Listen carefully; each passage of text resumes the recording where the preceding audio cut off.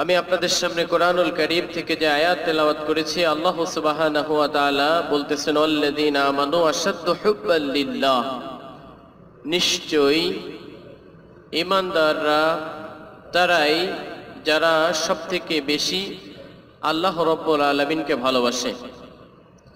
গত জুমায় আমাদের আলোচনা ছিল যে কি কি কাজ করলে আল্লাহ রাব্বুল আলামিনের ভালোবাসা পাওয়া যায়, ভালোবাসা পাওয়াটা সহজ হয়। আজকের জুমার আলোচনা হচ্ছেন কোন কোন গুণাবলী থাকলে আল্লাহ রাব্বুল আলামিন আমাদেরকে ভালোবাসবেন। এই আলোকেই আমি আয়াত তেলাওয়াত করেছি। আল্লাহ রাব্বুল আলামিন বলতেছেন, ওয়াল্লাযীনা আমানু, নিশ্চয় যারা ঈমানদার বিশ্বাসী, আশাদ্দু হুব্বাল লিল্লাহ, তারা সবথেকে বেশি আল্লাহকে ভালোবাসেন। পৃথিবীর উদাহরণ যদি টানা হয়, আমরা সকলেই এই চেষ্টা করি যে সবাই আমাকে ভালোবাসুক।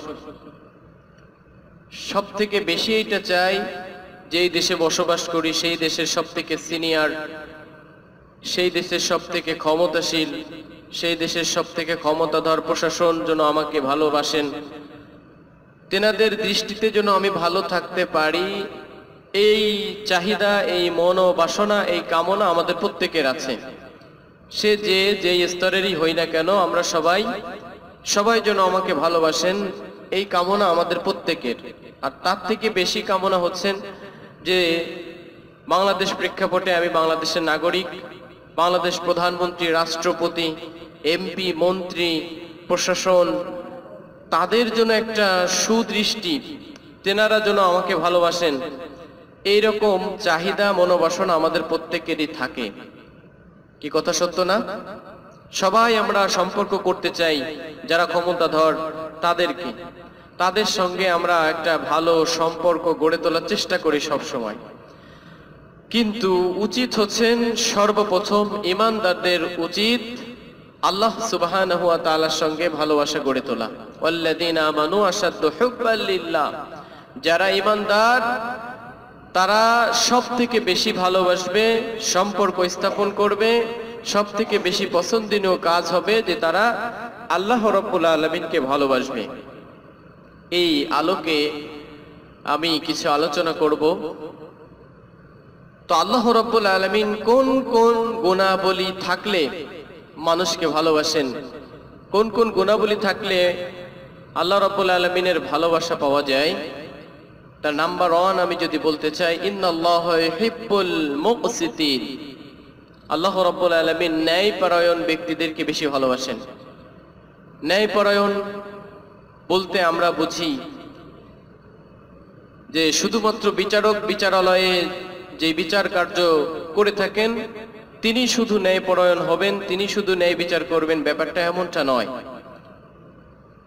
যে যেই জায়গায় আছে সে সেইখান থেকে ন্যায়পরায়ণতা, জাস্টিস যদি প্রতিষ্ঠা করে তাহলে আল্লাহ রাব্বুল আলামিন তাকে বেশি ভালোবাসেন।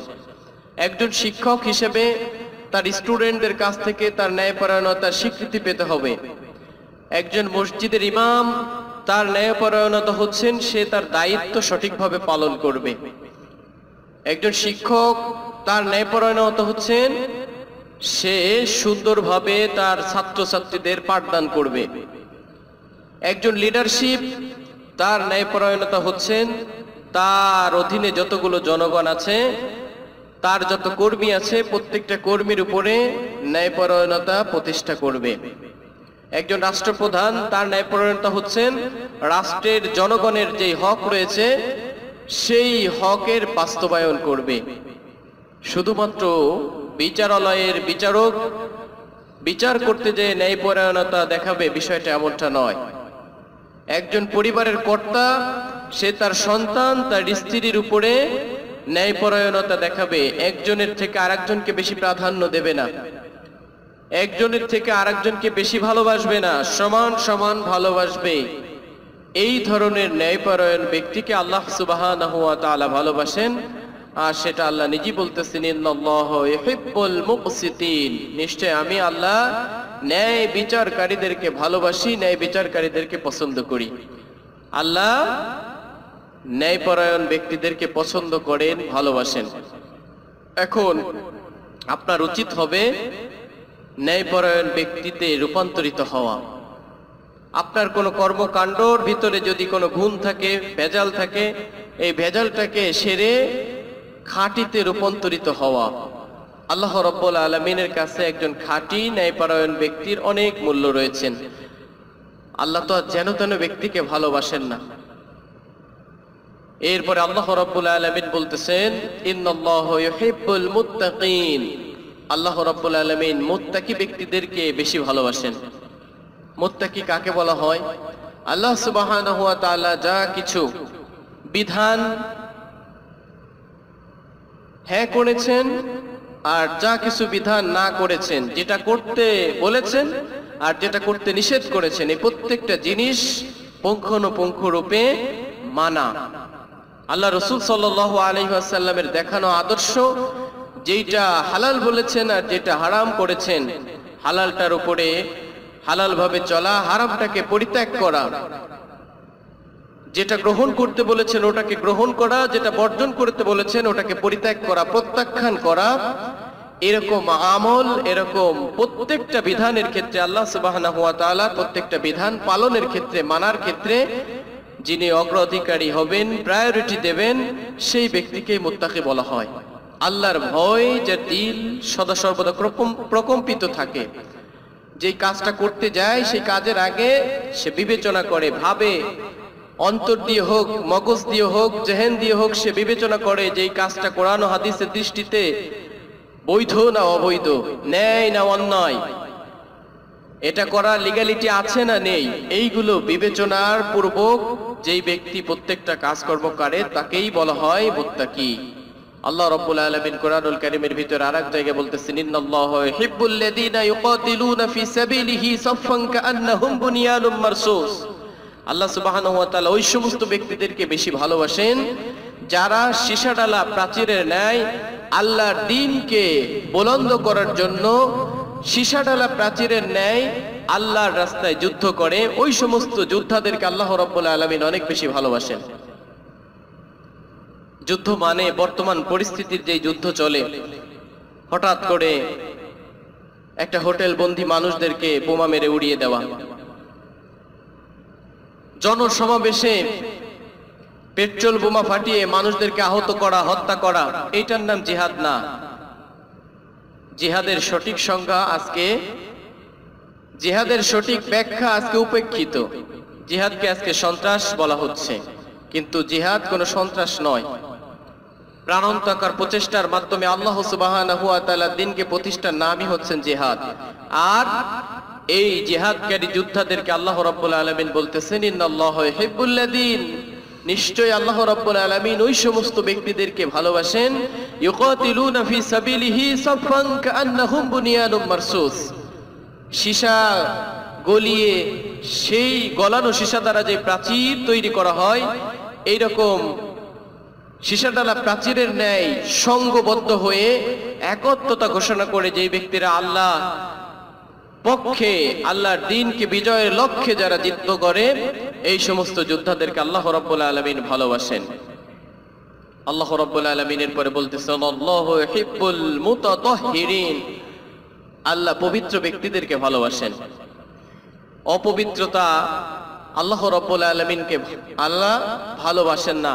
আল্লাহ রাসূল সাল্লাল্লাহু আলাইহি ওয়াসাল্লাম বলতেছেন, ইন্নাল্লাহা তাইয়্যিব ওয়া ইউহিব্বুত তাইয়্যিবিন।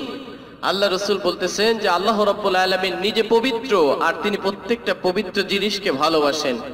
অপবিত্র, অপরিচ্ছন্ন, ময়লা, নোংরা এই ধরনের কোনো জিনিসকে আল্লাহ রাব্বুল আলামিন ভালোবাসেন না।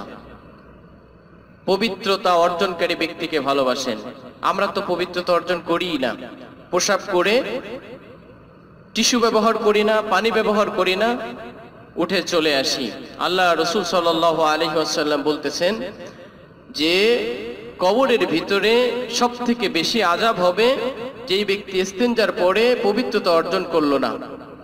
আর এক ব্যক্তি হচ্ছেন চগলখোর, পরনিন্দাকারী। এই ধরনের ব্যক্তিদেরকে সবথেকে বেশি আযাব হবে। আর আমরা এটাই সবথেকে বেশি অভ্যস্ত, পোশাক পরে আমরা টিস্যু ইউজ করি না।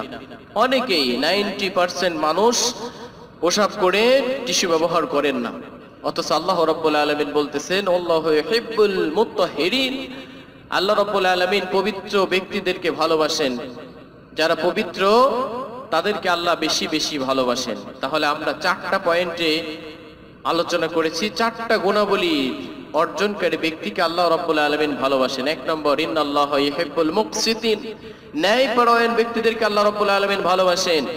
2 নম্বরে বলা হয়েছে ইন্নাল্লাহা ইউহিব্বুল মুত্তাকিন, খোদাভীতি অর্জনকারী, তাকওয়া অর্জনকারী, যে ব্যক্তি তাকওয়া অর্জন করে মুত্তাকি ব্যক্তিদেরকে আল্লাহ ভালোবাসেন। আল্লাহু ইউহিব্বুল মুত্তাহিরিন, 3য় গুণাবলী হচ্ছেন আল্লাহ পবিত্র ব্যক্তিদেরকে ভালোবাসেন।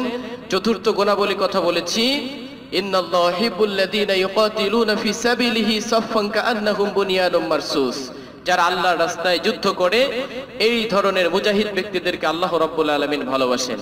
5ম নম্বর গুণাবলীতে আসবো আল্লাহু ইউহিব্বুল মুহসিনিন, দয়া দানশীল দয়ালু ব্যক্তিদেরকে আল্লাহ রাব্বুল আলামিন ভালোবাসেন। রৌঢ় ব্যক্তি, যিনি সবসময় রাগান্বিত অবস্থায় থাকেন, এই ধরনের ব্যক্তিদেরকে আল্লাহ ভালোবাসেন না। ইউহিব্বুল মুহসিনিন, দয়ালু ব্যক্তিদেরকে আল্লাহ ভালোবাসেন।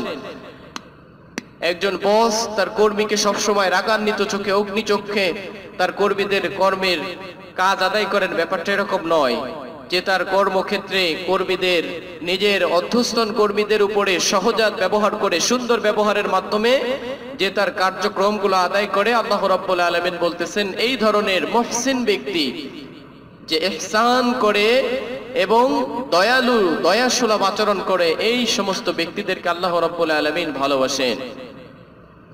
মুহসিন, দয়াকারী, এটা তো সমাজ থেকে উঠেই গিয়েছে। একটা চড় মারলে 2টা চড় মারতে পারলে ব্যস্ত, একটা গালি দিলে 2টা গালি দিতে সে ব্যস্ত। একটু ক্ষতি করেছে তাকে তার থেকে বেশি ক্ষতি করতে হবে, এই ধরনের চরিত্র আজকে আমাদের মুসলিমদের ভিতরে ঢুকে গিয়েছে। কিন্তু যে আপনার উপরে একটু অন্যায় করেছে তাকে আপনি ক্ষমা করে দেন, তার উপরে আপনি দয়া দেখান, এই দয়া যদি আপনি দেখাতে পারেন তাহলে আল্লাহ রাব্বুল আলামিন বলতেছেন ইন্নাল্লাহা ইউহিব্বুল মুহসিনিন, এই রকম দয়াশীল ব্যক্তি, দয়াকারী ব্যক্তিকে আমি আল্লাহ রাব্বুল আলামিন ভালোবাসি। 5ম নম্বর গুণাবলীর কথা, এটা খুব ইম্পর্টেন্ট, গুরুত্বপূর্ণ। আল্লাহ রাব্বুল আলামিন বলতেছেন ইন্নাল্লাহা ইউহিব্বুল মুতাওয়াক্কিলিন, যে ব্যক্তি আমি আল্লাহ রাব্বুল আলামিনের উপরে ভরসা করে যে কোনো কাজে, সে রোগাক্রান্ত হয়েছে, রোগের সময় আল্লাহ রাব্বুল আলামিনের কাছে ধর্ণা দেয় যে আল্লাহ আমাকে রোগাক্রান্ত করেছেন, তিনি আমাকে আরোগ্য করবেন। যিনি আমাকে বিপদগ্রস্ত করেছেন তিনি আমাকে বিপদ থেকে মুক্তি দিবেন। যিনি আমাকে ঋণগ্রস্ত করেছেন তিনি আমাকে ঋণ থেকে মুক্ত করবেন। প্রত্যেকটা কর্মে, প্রত্যেকটা কাজে যে আল্লাহ রাব্বুল আলামিনের উপরে যে ব্যক্তি ভরসা করে, এই ভরসাকারী ব্যক্তিকে আল্লাহ রাব্বুল আলামিন ভালোবাসেন। এজন্য আল্লাহ বলতেছেন ইন্নাল্লাহা ইউহিব্বুল মুতাওয়াক্কিলিন, প্রতিটা কাজে যেই ব্যক্তি আমি আল্লাহর উপরে তাওয়াক্কুল করে, ভরসা করে, এই ধরনের ব্যক্তিদেরকে আমি আল্লাহ রাব্বুল আলামিন অনেক বেশি বেশি ভালোবাসি। 6ষ্ঠ গুণাবলী ইন্নাল্লাহা ইউহিব্বুস সাবিরিন, ধৈর্যশীল ব্যক্তিদেরকে আল্লাহ রাব্বুল আলামিন অনেক অনেক বেশি ভালোবাসেন। ধৈর্য, টেম্পারেচার, ধৈর্যের মাত্রা তো আমাদের একেবারে নিম্নমানের চলে এসেছে। কোনো কারোর কথা কারোর ভিতরে সহ্য হয় না, কোনো কথাই আমাদের গায়ের ভিতরে ঢোকে না। কিছু হতে না হতেই মারামারি শুরু হয়ে যায়, হাঙ্গামা দাঙ্গামা শুরু হয়ে যায়, নিজের পাওয়ার দেখানো শুরু হয়ে যায়। কিন্তু সবরে জামিল ইখতিয়ার যদি আমি আপনি করতে পারি, সবরের গুণাবলী যদি আমি আপনি অর্জন করতে পারি, তাহলে আল্লাহ রাব্বুল আলামিন যেই সমস্ত বান্দাদেরকে ভালোবাসেন সেই বান্দাদের মধ্য থেকে আমিও একজন হয়ে যেতে পারি। এজন্য আল্লাহ বলতেছেন ইন্নাল্লাহা আল্লাহু ইউহিব্বুস সাবিরিন, যে ব্যক্তি কাজে কর্মে ধৈর্যশীল, ধৈর্যের পরিচয় দিতে পারে, এই ধৈর্যশীল ব্যক্তিদেরকে আল্লাহ রাব্বুল আলামিন অনেক অনেক বেশি ভালোবাসেন। আল্লাহ রাব্বুল আলামিন বলতেছেন কুল ইন কুনতুম তুহিব্বুনাল্লাহা ফাত্তাবিউনি ইউহিব্বুকুমুল্লাহ ওয়া ইয়াগফির লাকুম যুনুবাকুম আল্লাহু গফুরুর রহিম। ওই সমস্ত ব্যক্তিদেরকে আল্লাহ রাব্বুল আলামিন ভালোবাসেন যারা আমি আল্লাহকে ভালোবাসতে চাই, তারা যেন আমার দেখানো পথ মত দিয়ে যিনাকে পাঠিয়েছি সেই নবীর ইত্তেবা করে, অনুসরণ করে, অনুকরণ করে। ফাত্তাবিউনি ইউহিব্বুকুমুল্লাহ, যারা আমি আল্লাহর ভালোবাসা পেতে চাই, আমি আল্লাহ রাব্বুল আলামিনের মহব্বত পেতে চাই, তারা যেন আমি আল্লাহর রাসূলকে ভালোবাসে, আমাকে যেন অনুকরণ করে, অনুসরণ করে। তাহলে আল্লাহ রাব্বুল আলামিনের ভালোবাসা যদি পেতে হয়, তাহলে আল্লাহর রাসূলের অনুসরণ, আল্লাহর রাসূলের ইত্তেবা, অনুকরণ প্রতিটা কর্মক্ষেত্রে করতে হবে। সেটা রাজনৈতিক ক্ষেত্রে হোক, অর্থনৈতিক ক্ষেত্রে হোক, সামাজিক ক্ষেত্রে হোক, প্রত্যেকটা সেক্টরে তাকে অনুসরণ করতে হবে। সুন্নাত পালন করার ক্ষেত্রে আপনি আল্লাহ রসুলের অনুসরণ করলেন, কিন্তু তিনি যে রাজনীতির পথ দেখিয়ে গিয়েছেন, সেই রাজনৈতিক পথে যে আপনি ভঙ্গুর হয়ে গেলেন, সেখানে আপনি আপনার নিজের আদর্শ বাস্তবায়ন করলেন, কিন্তু রাসূলের দেখানো আদর্শ থেকে আপনি বিচ্যুত হলেন, তাহলে আল্লাহ রসুলকে ভালোবাসা হলো না, তেনার অনুসরণ করা হলো না, তেনার অনুকরণ করা হলো না। সুতরাং আল্লাহ রসুল এমন কোন সেক্টর নেই, এমন কোন বিষয় নেই যে বিষয়ে আল্লাহ রসুলের দেখানো আদর্শ নেই। প্রত্যেকটা সেক্টরে, প্রত্যেকটা পথ, প্রত্যেকটা মতের দিকে আল্লাহ রসুলের আদর্শ রয়ে গিয়েছে এবং সেটা অনুকরণযোগ্য, পরীক্ষিত। এজন্য আমরা যদি আল্লাহকে ভালোবাসতে চাই, তাহলে আমাদের সর্বাগ্রে, সবার আগে প্রাধান্য দিতে হবে আল্লাহ রসুল সাল্লাল্লাহু আলাইহি ওয়াসাল্লামের আদর্শকে। সর্বশেষ আমি আপনাদের সামনে যেই গুণাবলীটার কথা আলোচনা করব, এটা যদি আপনি করতে পারি, তাহলে আল্লাহ রাব্বুল আলামিনের কাছে আমরা আরো বেশি প্রিয় হয়ে যাব। আল্লাহ বলতেছেন, ইন্নাল্লাহা ইউহিব্বুত তাওয়াবিন, আমি আল্লাহ রাব্বুল আলামিন তওবাকারী ব্যক্তিদেরকে বেশি ভালোবাসি। আপনি গুনাহ করেছেন, আপনাকে সাথে সাথে তওবা করতে হবে। যেই গুনাহ করেছেন সেই গুনাহ থেকে আপনি সাথে সাথে আল্লাহর কাছে তওবা করেন, আস্তাগফিরুল্লাহ রাব্বিয়াল্লাযী লা ইলাহা ইল্লা হুয়া আতুবু ইলাইহি, এভাবে তওবা করেন। যদি এই দোয়া না পারেন, আপনার ভাষায় আপনি আল্লাহ রাব্বুল আলামিনকে ডাকেন। যে ভাষায় ডাকেন না কেন, প্রত্যেকটা ভাষা আল্লাহ বোঝেন, কারণ এই ভাষার সৃষ্টিকর্তা কে? ভাষার সৃষ্টিকর্তা কে?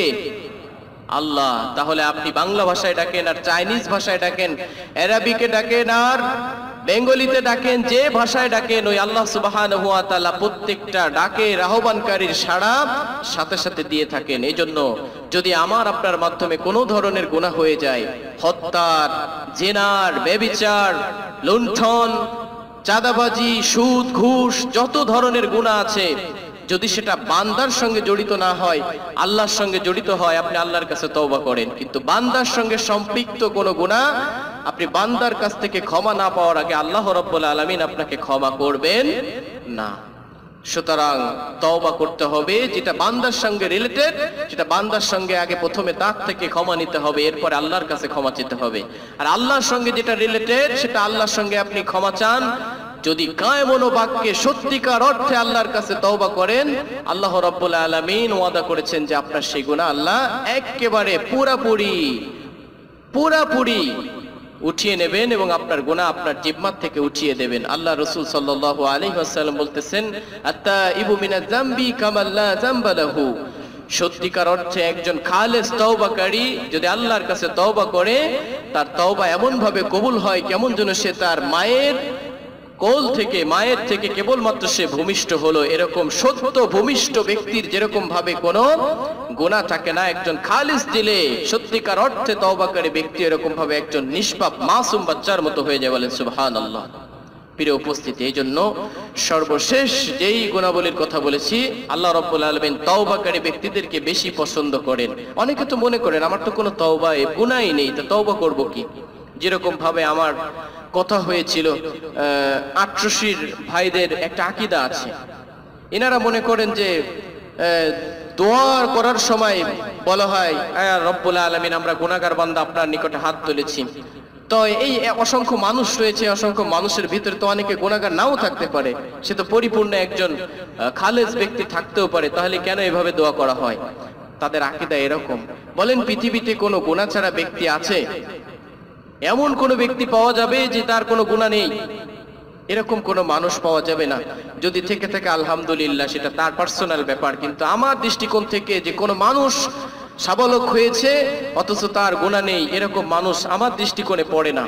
সুতরাং আমরা প্রত্যেকে গুনাহগার, গুনাহ আমরা করতেই পারি, আমাদের মাধ্যমে হয়েই যেতে পারে। এই সহজাত প্রবৃত্তি দিয়েই আল্লাহ রাব্বুল আলামিন আমাদেরকে সৃষ্টি করেছেন, কিন্তু সেখান থেকে ব্যাক করার সিস্টেম আল্লাহ রাব্বুল আলামিন রেখে দিয়েছেন। ইয়া আইয়ুহাল্লাযীনা আমানু তুবু ইলাল্লাহি তাওবাতান নাসুহা, হে ঈমানদার সম্প্রদায়, তোমরা তওবায়ে নাসুহা, সঠিক তওবা করো, তাহলে আমি আল্লাহ রাব্বুল আলামিন আমি তোমাদেরকে ক্ষমা করে দেব। প্রিয় উপস্থিতি, যে আলোচনাগুলো করেছি, আল্লাহ রাব্বুল আলামিন যেন আমাকে এবং আপনাদের সকলকে এই যে গুণাবলী, মুত্তাকিন হওয়ার, মুহসিন হওয়ার, সাবিরিন ধৈর্যশীল হওয়ার, আল্লাহর রাস্তায় যুদ্ধ করার মতো মুজাহিদ হওয়ার, এই সমস্ত সুন্দর গুণাবলী যেন আল্লাহ আমাদের প্রত্যেককে অর্জন করার তৌফিক দিক। সকলে বলি আমিন। ওয়া মা তাওফীকি ইল্লা